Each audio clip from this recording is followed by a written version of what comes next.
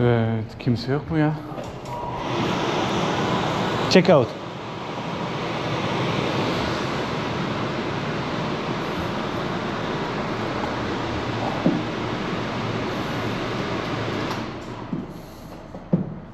Okay?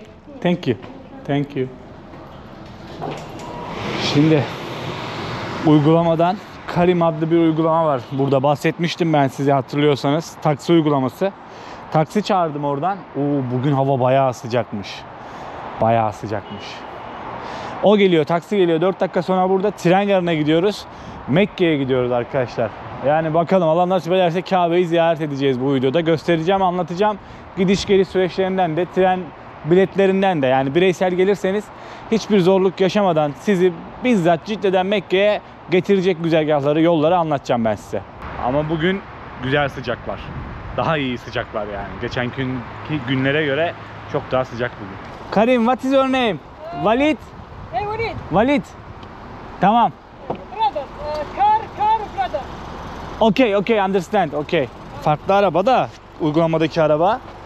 Suudiye. Cidde? Ciddi. Good. خلاص Okay, tamam.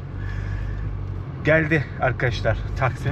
Uygulamada başka görünüyor. Kardeşinin arabasıymış o meğer. Uygulamada beyaz görünüyor. Ama bu araba farklı bir araba. Havalimanına gidiyorum. Havalimanındaki tren istasyonundan Mekke'ye gideceğim. 2 tane şey var burada Cidde'den gidebileceğiniz Mekke'ye. Hızlı tren ağı var. Birisi sanırım Al Süleymaniye diye bir istasyon. Diğeri de havalimanından kalkan istasyon. Ben havalimanından kalkana daha yakın olduğum için oradan ilerleyeceğim. Bilet almayı şimdi orada anlatayım size. Welcome Saudi. Thank you sir. Welcome. Thank you. I'm from Türkiye. Welcome Turkey. كله تركي على راس تركي ما في مشكلة. Başımızın üstünde yeriniz var tarzı bir hareket yapıyor. Onu göstermiyorum da.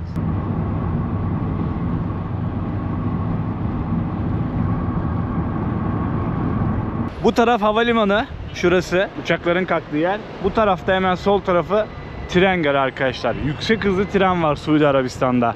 Ben mesela Mekke'ye gidiyorum, Mekke'den de Medine'ye geçeceğim. Onu ilerleyen zamanlarda göreceğiz. Anlatırım zaten onları. Hatta o biletin business. Bu biletin ekonomi bileti ama. Biletlerinizi alırken erkenden alın. Çünkü ekonomi biletleri tükeniyor. Ramazan ayındayız. Çok kalabalık buralar. Ondan mı şöyle an böyle bilmiyorum ama hemen tükeniyor ekonomi biletleri. Ben erkenden aldım. Ama Medine'yi erken alamadım. Çünkü ne yapacağımı bilmiyordum. Planım şey değildi ya. Onu business almak zorunda kaldım. Biraz daha pahalıydı. Şimdi size anlatıyorum. Bir uygulama var arkadaşlar. Adı yazdım buraya. Hatta logosunu da koydum. Alış anlarını da göstereyim ben size. Nasıl alınıyor bilet. Giriyorsunuz. Mekke'ye giderken zaten size soruyor. Müslüman mısınız? Only Müslümanlar girebilir tarzı bir cümle kuruyor uygulama. Bilginiz olsun. Oradan alıyorsunuz. Pasaport bilgilerinizi giriyorsunuz. Ödemenizi bizim Mastercard, Visa kartlarıyla yapabiliyorsunuz. Hiçbir problem, hiçbir sıkıntı yok bu konuda. Gidiyorsunuz. Bir de bir uygulama daha var. Nusuk diye. O nusuğa kayıt oluyorsunuz. Yani öyle bir şey varmış, bilmiyorum. Mekke'ye giriş için, işte Kabe'ye giriş için bir izin oluşturuyorsunuz oradan. Ama bu kontrol edilmiyormuş herhalde. Tam emin değilim ama ben yine de oluşturdum. O uygulamanın adı da Nukus. Bilginiz olsun. Bu tren bileti çok pahalı değildi. Kaç paraya denk geldiğini size söyleyeyim. Bu kaç yapıyor? 55 riyal falandı. Erken aldığım için sanırım ucuz oldu. Ya 14 dolara falan tekabül etti. Cidde Mekke. Zaten 50 dakikalık bir yol. Mekke'den Medine biraz daha uzun sürecek. Bir içeri girelim bakalım ne olacak, ne yaşayacağız. Daha trene de 2 saat var. Tam 2 saat. Starbucks çoğu ulaşım noktasında var ha. Bak burada da var, şurada. Hemen Starbucks şurası. Çok ya inanılmaz güzel kokuyor şehir ya. Vallahi yani abartmıyorum, şaka da yapmıyorum. Şehrin her lokasyonu güzel kokuyor yani. Ne diyeyim bilmiyorum bu konuda yani. Tren garı bile çok güzel kokar mı ya? Nasıl bir tütsü yakıyorlarsa çok burnuna çok hoş geliyor yani. Telefondan şey yeterli bu arada. Barkod okutma sistemi yeterli. Ama ben daha trenime tabii 2 saat olduğu için çocuk almadı. 1 saat önce kala gel dedi. Hatta 45-50 dakika önce kala gel dedi. Exchange de varmış içeride bak. Exchange de var. Bekleme alanları var üst katta. Orada bekleyeceğim. 1 saat sonra gideceğim. Ya otelden erken çıkmam gerekiyordu mecbur. Mecbur geldim yani. Yapacak bir şey yok. Çok güzel sistem kurmuşlar ya. Böyle yarım saatte bir tren var Mekke'ye. Bekliyorlar böyle. Hemen içeride almıyorlar sizi. Treninize böyle yarım saat, 1 saat kala içeri almaya başlıyorlar. Böyle vagon vagon ayrılmışlar her şeyi. Sistemleri güzel işliyor yani. Sistematik ilerliyor. İçerisi serin de dışarısı da sıcak. Bakalım nasıl bir tren, nasıl bir yolculuk yapacağız.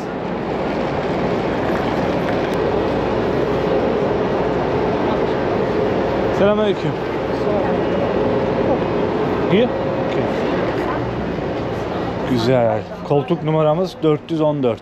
414. Aha da burası lan. Çok iyi. Trende böyle bir tren arkadaşlar. Bu ekonomi kısmı. Jedde'den, buradan, havalimanından direkt Mekke'ye hiçbir yerde durmadan ilerliyor. Pardon, şurada bir de ikinci istasyon demiştim ya, Al Süleymaniye diye. Orada durup Mekke'ye gidecek. Trende böyle bir yermiş. İçerisinde tuvalet falan da var. Bagajlarınızı koyabileceğiniz alanlar da var. Koltuk numaraları da yazıyor. Bak 414, 15. Benimki 414.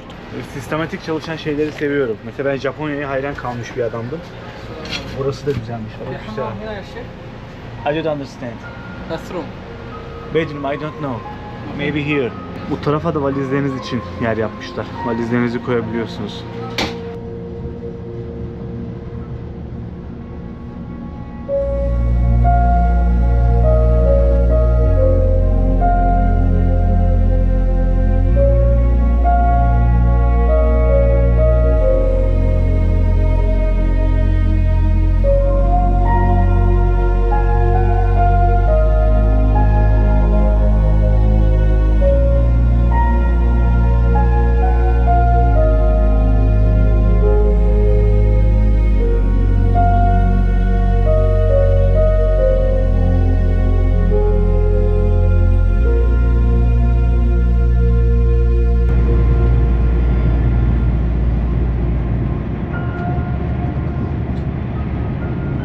Geldim, Mekke'deyim. 300-320 kilometre arası bir hıza çıkıyor tren. Bizim trene çok benziyor ya, o yüksek hızlı trenimize. İçerisi bayağı benziyor. Mekke biraz daha sıcak Cidde'den. Cidde'de deniz vardı ya, biraz daha esiyordu. Gerçi çok uzak değiliz ama Mekke biraz daha sıcak geldi bana, bilmiyorum. Şimdi dışına doğru çıkıyoruz. Bir eşyalarımı bırakmam lazım. İhram giymem lazım. Otelime gitmem lazım önce. Bunları bırakıp sonra Kabe'ye doğru gideceğiz. İnsanlar da gidiyor ya.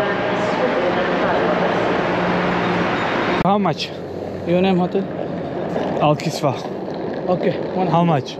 Baba. Şükran. Şükran. Şükran. Yapma kardeşim benim ya. 100 nedir? Kurban olayım ya. Ya kurban olayım, yapma ya. Bak şimdi uygulama kaç çıkacak biliyor musun? Uygulamada çıkan fiyatı söyleyeyim mi size? O 100 riyal istedi. Uygulama fiyatı 30 çıktı demin, ben baktım ya. Bak bir daha bakacağım şimdi. Al 30 ya. 30 riyal. 30 riyal. Ya o yüzden Karim uygulamasını falan kullanın. Uber de kullanılıyor sanırım burada. Grab de kullanılıyor. Uygulama fiyatlarına göre gidin. Bilin fiyatlara ne kadar vereceğinizi falan. Otobüsler de gidiyor zaten. O şeye, Kabe tarafına. Ama ben otele gitmem lazım önce.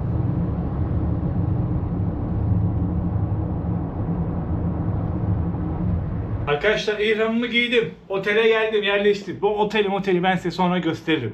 Şimdi Kabe'ye kamera sokmak yasak. Kamerayla çekim yapamıyorsunuz. Sadece telefonla çekim yapabiliyorsunuz. Telefon şarj oluyor.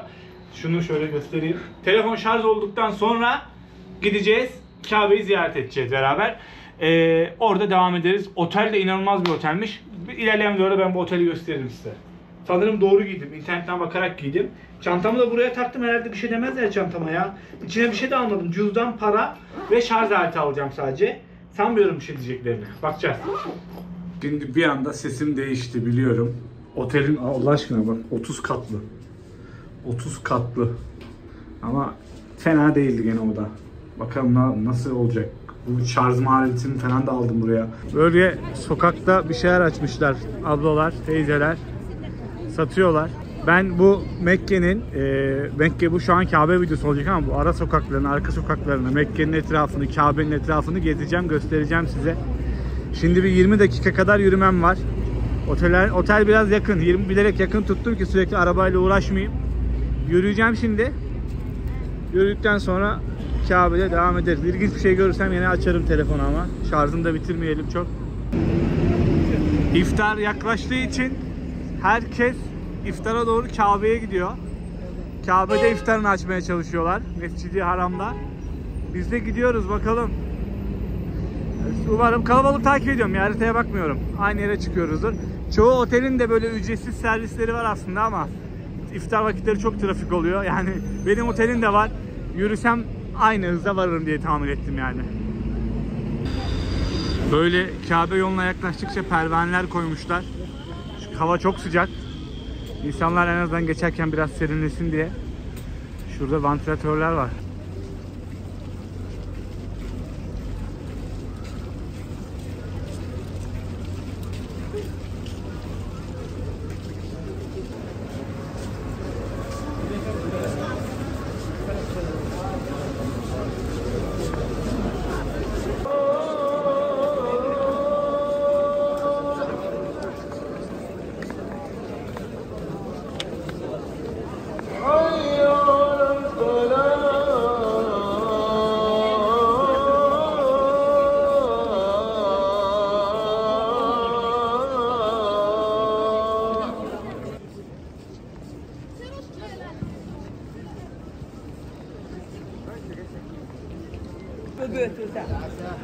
Kabe'nin girişine geldim. Her yer otel arkadaşlar. Baksanıza devasa büyüklükte oteller. Bunların gecelikleri var ya 25-30 bin liradan başlıyor. Baktım ben. Hatta belki dedim işbirliği yaparlar. Mail bile attım ama şu an için müsait değillermiş birçoğu. İftara böyle 2,5 saat var. O yüzden biraz kalabalık giriş. Yüksek ihtimal içerisinde kalabalıktır. En yakından size bu Mekke'den 2-3 tane video göstereceğim. İftar da açacağım Mekke'de. Sahur da yapacağız beraber. Her anları kayıt altına almak istiyorum. Göstermek istiyorum sizlere.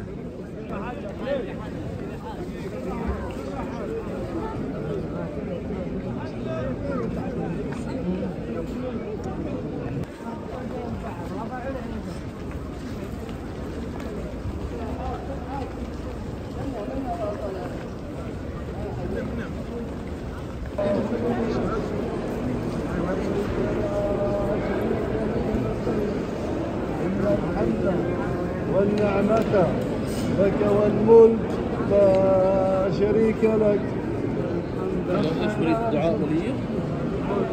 اللهم صل على نبينا محمد وسلم. اللهم افتح لي أبواب رحمتك وأعوذ بالله العظيم بوجهه الكريم وسلطانه.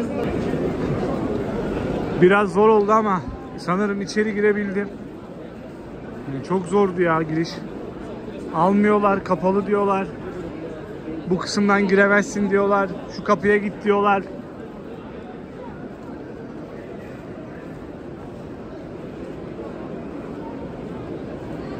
Kimin hayali ise Mekke, Umre. Yani kim görmek istiyorsa nasip olsun ona da. Allah nasip etsin arkadaşlar. Yani annem de çok görmek ister eminim ama ileride inşallah anne. Şu durumları düzeltince getiririm seni. Yani hayalleriniz gerçek olsun. Umarım dilediğiniz her şey gerçek olsun. Yani gelmek isteyen herkes, görmek isteyen herkes umarım bir an önce hayallerine kavuşur. Şöyle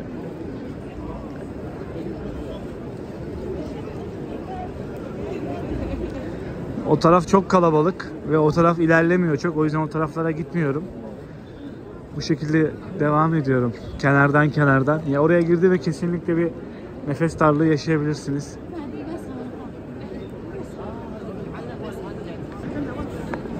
Bunların adı Revak. Hemen Kabe'nin sağ tarafında.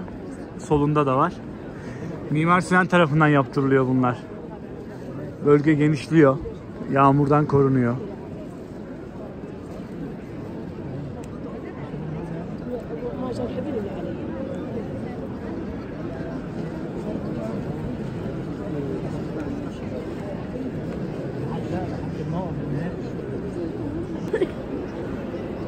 İslam dininin en büyük mabedi arkadaşlar. Dünyanın en büyük mescidi burası.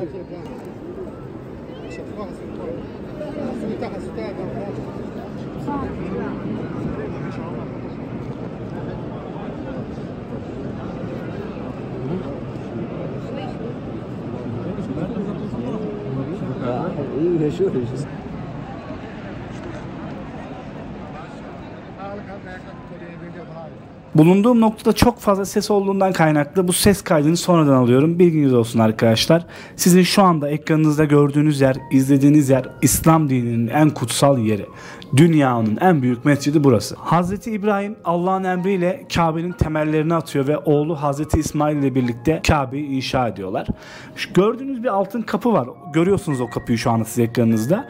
O kapı sadece gelen devlet büyüklerine açılıyormuş. Kabe'nin içine girip namaz kılıyorlarmış. Şu anda gördüğünüz yerde de insanlar tavaf yapıyorlar. Tavafın yapıldığı bu alana metaf deniliyor. Şimdi öncelikle tavaf yapmak için ihram adı verilen bu üzerindeki kıyafetleri erkekler giymek zorunda. Kadınlar için ise genellikle baş ve vücudu örten uzun bir elbise yeterli. Tavafa başlamadan önce Müslümanlar Kabe'ye doğru yürüyorlar.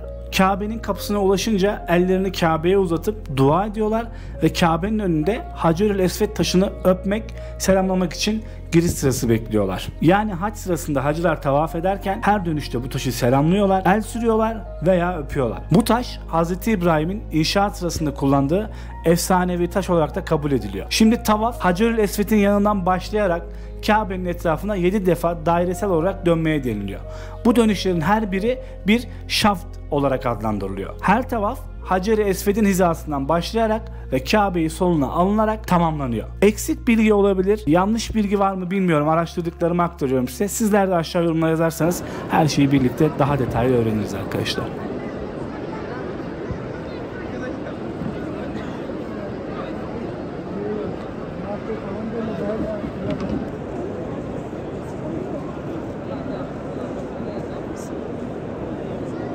Hello.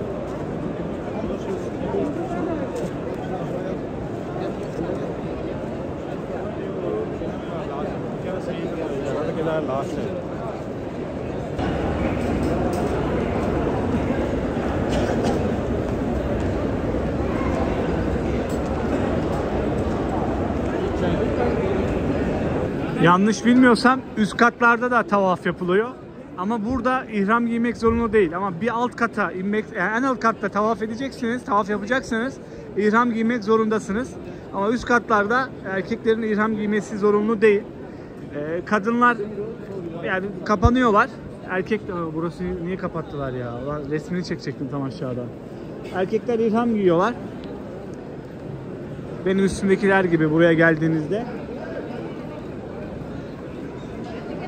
Türk müsün abi sen de? Evet. Çanta bende de var da onu görünce.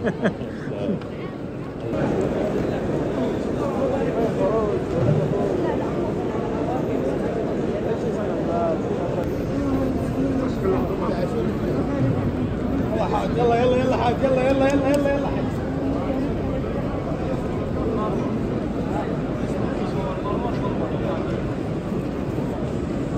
Zemzem suyu. Hiç içemedim henüz. İftardan sonra içeceğim. Şurada hemen bak.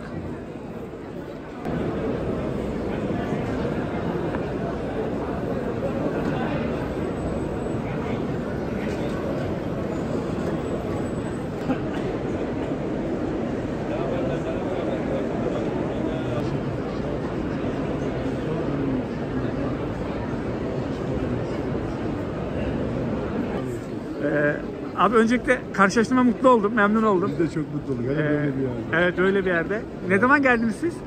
10 gün falan oluyor. 10 gün. Nasipse işte çarşamba gece yola çıkacağız tekrar. Nasıl, neler düşünüyorsunuz? Çok güzel be. Hani derler ya, anlatmak da olmaz, yaşamak lazım. Öyle bir şey burası ya. Buraya evvela gelince insan diyor ki bu kalabalıktan nasıl olacak falan. Ama öyle bir şey değil. Buraya geldiğin zaman her şey değişiyor. Buradan ayrılasın gelmiyor. Ne kadar kalabalık olsa olsun. İnsan her saniye duygu doluyor. Çünkü Peygamber Efendimiz sallallahu aleyhi ve sellem burada yaşanmış, buraya ayak basmış, burada ne maceralar olmuş ve sen bunları birebir aynı yerde yaşıyorsun. Hira mağarasına çıktık. Çok zor ama çok keyifli. Anlatılmaz. Yaşamak lazım. Abla göstereyim seni de. Çok da bize benzetiyorum. Şimdi biz de Karadenizliyiz ya. Sima olarak da aynıyız yani. Nasılsın abla, iyi misin? Çok şükür elhamdülillah. Sen ne hissediyorsun, ne düşünüyorsun? Geldin. Vallahi bu kelimelerle anlatılacak bir şey değil. Çok yoğun duygular içerisinde oluyor insan.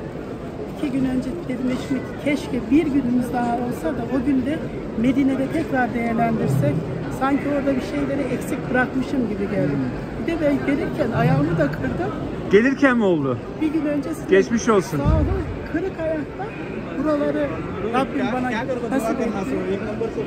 Allah kabul Hiç etsin. kelimelerle anlatılacak gibi bir şey değil bu. Ya darısı gelmek isteyen herkesin başına. Amin amin. Rabbim herkese nasip etsin Rabbim inşallah. bizlere de tekrarını nasip etsin. Bak bunun için biraz Peki. yanmak lazım, istemek lazım. Tabii evet. İsteyince Rabbim veriyor ya. Evet, evet. Dünya hayatı boş. Yani o iş aman şunu bunu yok. Parayı ne zaman biriktirirsen hiçbir yere yatırım yapma. Buraya gel, ondan sonra ne yaparsan yap. Çünkü asıl olan öbür taraf. Burayı bir gör ya. Çünkü yaptığımız mallar dünyada kalacak. Bir de arkasından çocuklar kavga edecek. Ne gerek var ya? Doğru. Doğru vallahi abi. Ağzına sağlık. Çok mutlu oldum. Bunlar hep iftara dağıtılacak hurmalar. Şurada çaylar, sular. Hep iftara dağıtılacak bunlar. Çok kalabalık oldu şu taraf. Baksanıza en alt kat inanılmaz kalabalık. Oraya yani sokmuyorlar şu an bir de. Üst kattayım ben. Üst katta geziyorum.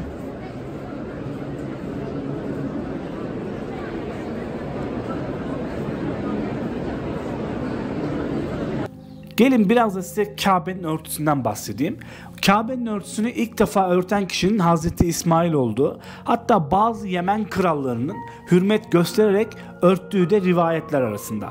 Mekke yakınlarında bir fabrika var, Cidde yolunda yanlış bilmiyorsam eğer. Senede sadece 3 ay çalışıyorlarmış. Ve sadece Kabe ile Ravza'nın örtüsünü dokuyorlar. Kabe örtüsü de her yıl hac mevsiminde değiştiriliyormuş. Bu Kabe örtüsünün hazırlanma aşamaları tamamlandıktan sonra örtü Kabe örtü fabrikasından alınıyor ve Kabe'nin koruyucu ailesinin reisine teslim ediliyormuş. Ve yıllardır bu aile, koruyucu aile aynı aileymiş. Bu da Kabe örtüsüyle alakalı ufak bir bilgi olsun. Videoya devam edelim. Bunlar hep çalışan çocuklar. İftarı bekliyorlar. İftarda o hurmaları falan dağıtacaklar. Bayılmışlar çocuklar sıcaktan.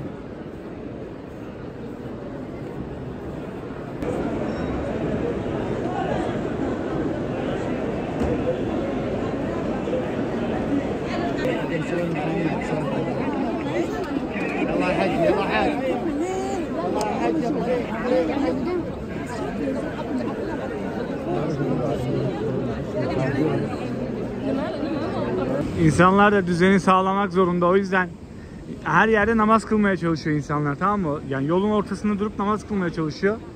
Polisler ve görevliler de düzen aksıyor diye şey yapıyorlar işte. Uyarıyorlar onları. Dışarı çıktım. Çok kalabalıklaştı iftar vakti. Yani nefes darlığı çeken insanlar da oldu biraz. Allah kabul etsin ama gelen herkesin umresini. Şurası da dış tarafları. Baksanıza buraları hep göstereceğim. Bir sonraki videoda görürüz yüksek ihtimal. Şey yaparız, gezeriz yani. Bu arada hac ve umre farklı arkadaşlar. Belki bilmeyen arkadaşlar vardır. Hac Kurban Bayramı'nda yapılıyor. Bana söylüyor sandım. Umre yani hac dönemi hariç yılın herhangi bir günü imkanı olanlar gelip umre yapabiliyor. Umre görevini yerine getirebiliyor. İslam'ın 5 şartından biri biliyorsunuz hacca gitmek. Ama umrede böyle bir durum yok. Maddi gücü, imkanı elinde olan insanlar gelip umre görevini yerine getirebiliyorlar. Dediğim gibi hac dönemi hariç. Hacda kurban kesiliyor. Umrede böyle bir zorunluluk yanlış. Yani tam şey de aktarmak istemiyorum size, yanlış. Böyle bir zorunluluk yok ama isteyenler kurban kesebiliyor. Gene umre ziyaretlerinden sonra, umre ziyaretlerinde. Şöyle göstereyim bak. Akın akın geliyorlar. Yani oradan nasıl çıktım bilmiyorum. Çok kalabalık. Tüm Müslümanlar bir arada. Mekke'ye gelirken demişti. Bu arada Arabistan, bak ben tek başıma geldim, Kabe'yi ziyaret edebiliyorum. Siz de bir turla gelmek zorunda değilsiniz. Yani tek de gelebiliyorsunuz. Ben bunları anlatmıştım. Arabistan seyahatimi en baştan bu yana izleyen arkadaşlar bilir. Vize işlerinden bahsettim. İlk Arabistan geliş videomu izleyin. Vizeden bahsediyorum size. Tren bilen olaylarından da bahsediyorum, geliş gidiş. Yani her şeye hakim olursunuz tek geldiğinizde, videoları izleyerek gelirseniz eğer. Tüm detayı aktarmaya çalışıyorum. Bu arada hep canlı yayın var. Mekke'den hep canlı yayın var. YouTube'a yazın mesela Mekke Live diye. Hep canlı yayın aktif. Bir tadilat da var ama mescitte. Bazı kubbeler tadilat görüyor. Mesela şu karşıdaki örnek olarak. Şuradan göstereyim. Şimdi kalabalık ya, polisler de her yerde. Çoğu kapıyı kapatıyorlar. Yani bayağı bir dönmeniz gerekiyor şey için bu sefer. Aşağı girmek için. Hatta ben yani bir yarım saat 45 dakika dolandım. Öyle aşağı tekrar girebildim. İkinci kez girdim aşağıya.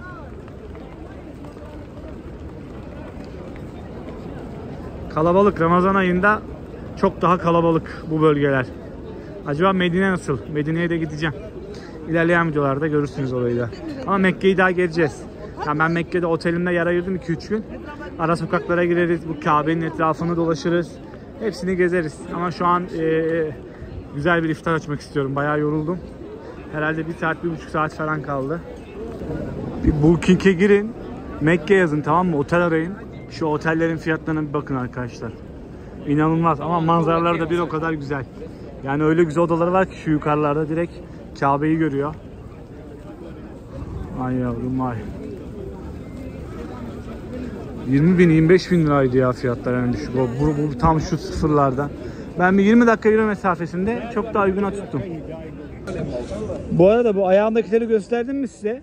Bunları ülkeye gelirken Türk Hava Yolları vermişti. Altı hafif kalın. Böyle çorap gibi ama biraz da terlik gibi böyle. Bununla geldim. Terliğim yoktu yanımda. Bununla geziyorum. Üstümdeki ihramlarda dikiş yok arkadaşlar. Dikişsiz olmak zorunda bunlar. Yani öyle araştırdım ben. Hiçbir dikiş yok bunda yani. Şöyle tüm erkekler Kabe'ye girerken bununla giriyorlar. Üst katlara girenler değil ama alt kata girenler bunu giymek zorundalar. Sanırım söylemiştim bunu ama. İftar bekleniyor. Kur'anlar okunuyor, namazlar kılınıyor, iftarı bekliyorlar. İftar paketleri dağıtılıyor bak. Şurada. İnsanlar geçerken alıyor, öyle geçiyor Kabe'ye doğru.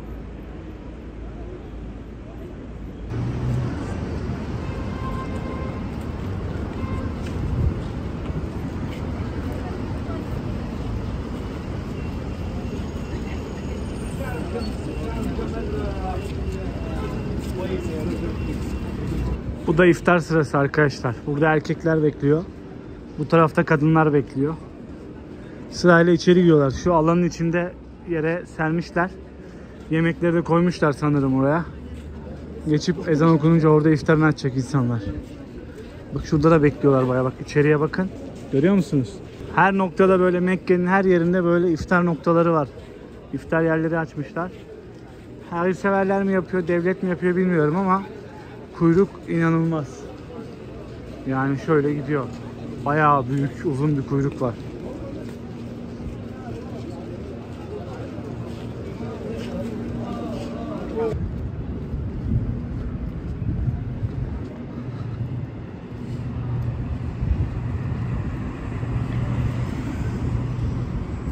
Arkadaşlar görüşürüz. Dikkat edin kendinize. Ben şimdi çıkayım, bir duş falan alayım. İneceğim aşağıya, bir şeyler yiyeceğim, iftarı açacağım. Görüşmek üzere. Yani ben daha göstereceğim size buraları. O yüzden bu videoyu burada bitiriyorum. Biraz yoruldum ve telefonu bırakacağım artık. Şarjı bitmiş falan. Bir ineceğim, şarja bırakacağım, çıkacağım, iftarı açacağım, tekrar geleceğim falan. Bir şeyler daha çekeceğim ben Mekke'den. Merak etmeyin ama. Kendinize iyi bakın. Allah'a emanet olun. Dediğim gibi gelmek isteyen herkese nasip olsun Mekke. Hoşça kalın diyorum. Videoyu beğenirseniz sevinirim. Abone olursanız mutlu olurum. Dikkat edin kendinize. Bay bay.